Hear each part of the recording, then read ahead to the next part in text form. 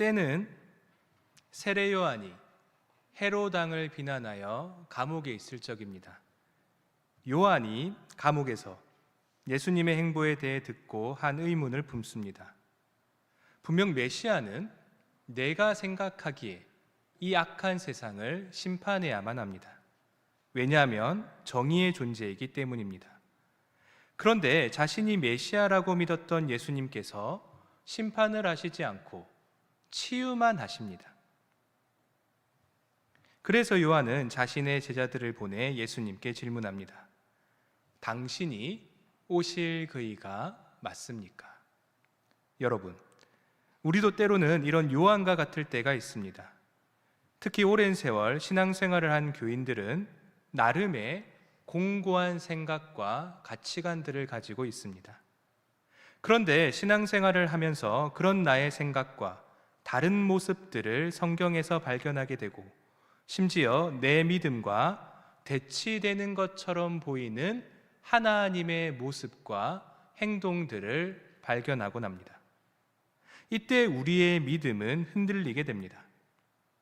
그렇다면 우리가 이런 상황을 맞이한다면 어떻게 해야 할까요? 우리가 어떻게 해야 할지를 오늘 본문을 통해 살펴보도록 하겠습니다. 마태복음 11장 7절을 보겠습니다. 제가 읽겠습니다. 그들이 떠나매 예수께서 무리에게 요한에 대하여 말씀하시되 너희가 무엇을 보려고 광야에 나갔더냐? 바람에 흔들리는 갈대냐? 아멘. 요한의 제자들은 떠났지만 그들이 했던 질문은 여전히 이곳에 남아 있습니다. 당신이 오실 그이가 맞습니까? 이에 예수님께서는 남아있던 무리들을 향해 말씀하십니다.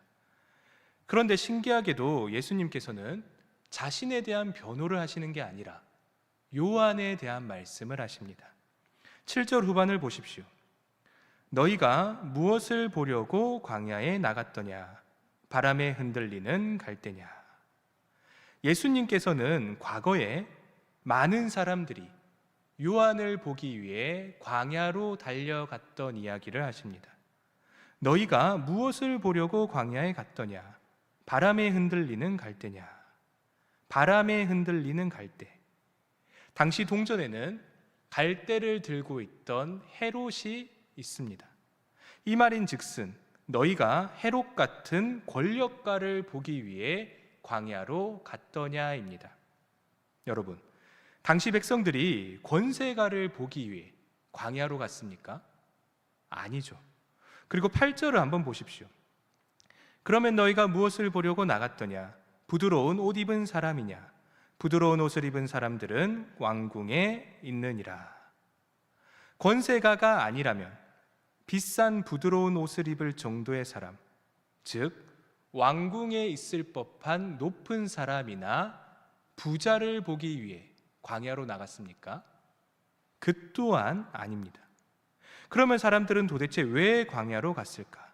우리 9절을 다 같이 한번 읽어보겠습니다. 9절입니다. 시작. 그러면 너희가 어찌하여 나갔더냐? 이르노니 선지자보다 더 나은 자니라. 아멘. 선지자를 보기 위함이었더냐? 옳다. 내가 너희에게 이르노니 선지자보다 더 나은 자니라. 당시 백성들이 거친 광야도 마다하고 그곳으로 달려갔던 이유는 그곳에서 한 위대한 선지자가 외쳤던 하나님의 말씀을 듣기 위함이었습니다. 권세가도 아니고 부자도 아닙니다. 하나님의 말씀이 그곳에 있었기 때문에 광야도 마다하고 달려갔던 것입니다. 여러분, 분명 과거에 광야에서 외쳤던 요한, 하나님의 말씀을 전했던 요한은 참 선지자가 맞습니다. 그리고 예수님은 여기에 한 번 더 못을 박으십니다. 10절에서 11절 초반을 한번 보십시오. 기록된 바 보라, 내가 내 사자를 내 앞에 보내노니 그가 내 길을 내 앞에 준비하리라 하신 것이 이 사람에 대한 말씀이니라. 내가 진실로 너희에게 말하노니 여자가 낳은 자 중에 세례 요한보다 큰 이가 일어남이 없도다. 아멘. 이보다 더한 극찬이 있을까 싶을 정도의 찬사입니다. 이로 보아 요한은 분명 선지자 중에 선지자가 맞는 것처럼 보입니다. 그런데 여기서 구약을 잘 아는 사람이라면 던질 만한 질문이 있습니다. 만약에 요한이 구약에서 예언한 그 존재라면, 메시아의 길을 예비하는 그 존재라면, 이제 메시아가 오시고 하나님의 나라, 즉 천국이 임해야 하는 것 아닌가? 그런데 왜 현실은 이러한가?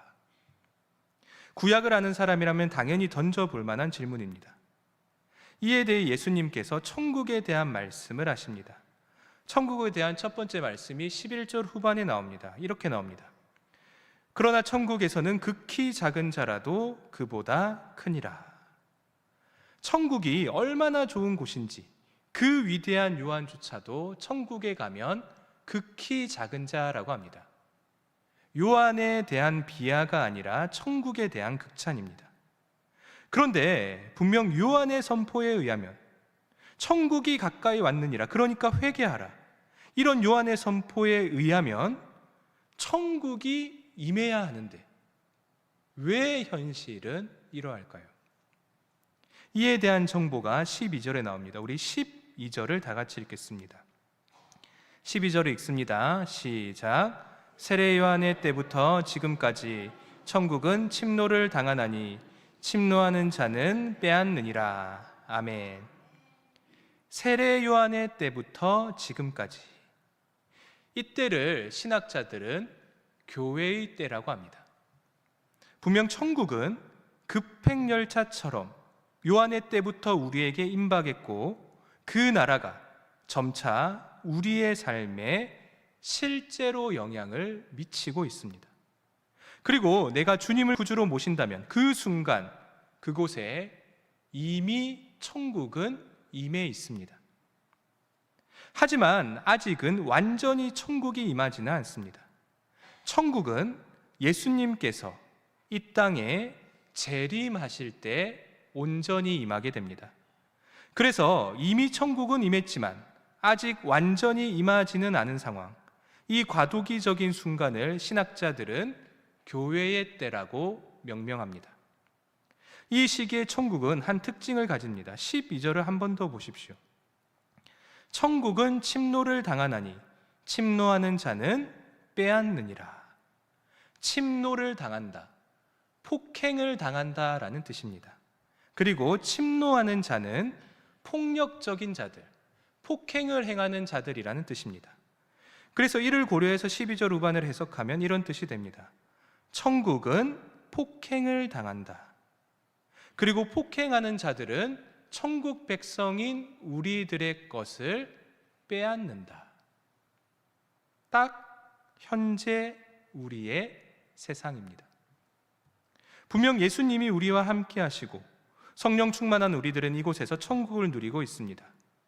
하지만 아직까지는 완전히 하나님의 나라가 임하지 않았기에 우리 교회가 핍박을 받곤 합니다. 정의로운 자가 여전히 화를 당하고 선한 사람이 종종 고통을 당합니다.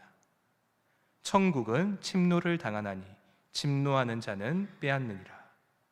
이보다 더 교회의 때를 적절히 설명하는 말씀은 없을 것 같습니다. 자, 그러면 다시 앞으로 돌아가 보겠습니다. 분명 예수님은 요한이 참 선지자라는 주장을 하십니다. 하지만 몇몇 사람들은 이상적인 천국이 아직 임하지 않은 것으로 예수님의 주장을 의심합니다. 이에 대해 예수님께서는 교회의 때를 말씀하시면서 천국은 침노당한다라고 하십니다. 자, 그렇다면 왜 예수님께서 이렇게 천국에 대해 말씀을 하실까요? 당연히 요한이 참 선지자가 맞다는 말씀을 하시기 위함입니다. 여러분, 아직 온전한 천국이 임하지 않았지만 요한은 회개하라 천국이 가까이 왔느니라고 외쳤던 그 요한은 참으로 메시아를 예비하는 자, 선지자 중에 선지자가 분명합니다. 자, 여기까지 오면 우리는 이제 마지막 질문 앞에 서게 됩니다. 만약 요한이 참으로 구약에서 예언된 엘리야와 같은 자라면 그 요한이 증거한 예수님은 과연 누굴까요? 예수님이, 요한이 엘리야가 맞다면 그 요한이 증거한 예수님은 과연 누굴까? 이 질문에 대해 마태복음은 다음과 같이 말합니다. 귀 있는 자는 들을지어다. 너희가 귀가 있다면 이 말이 무슨 말인지 알 것이다 라는 말씀입니다. 말씀을 맺겠습니다. 신앙생활을 할 때 우리는 종종 흔들리곤 합니다. 심지어 그 위대한 요한조차도 마찬가지였습니다. 본질적인 질문이 생기고 그 질문이 해결되지 않아 답답할 때가 있습니다. 내가 생각하기에 이 악한 세상은 반드시 심판을 받아야 하는데 왜 하나님께서는 가만히 계시는가? 그리고 예수님은 왜 치유만 하실까? 혹시 저분이 메시아가 아닌 건 아닐까?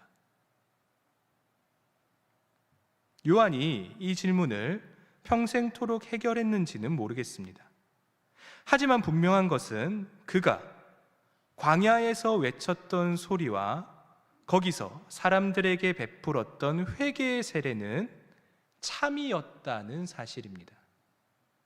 요한이 비록 현재 흔들릴지라도 그는 예수님의 말씀처럼 참 선지자임이 분명합니다.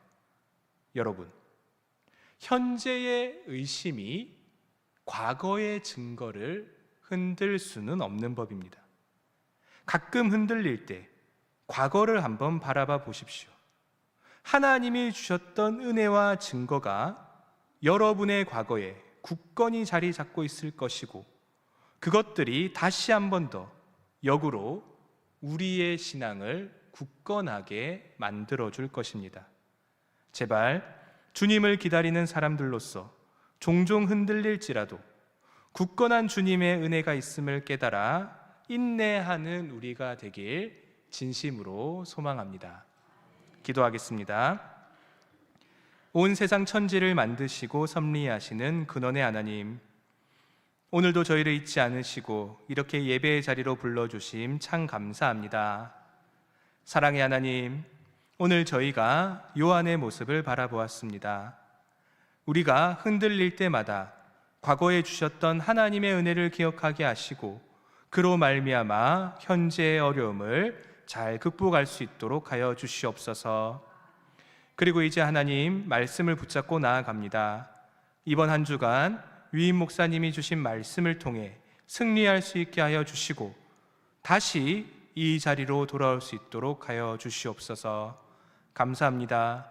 예수님의 이름으로 기도드립니다. 아멘.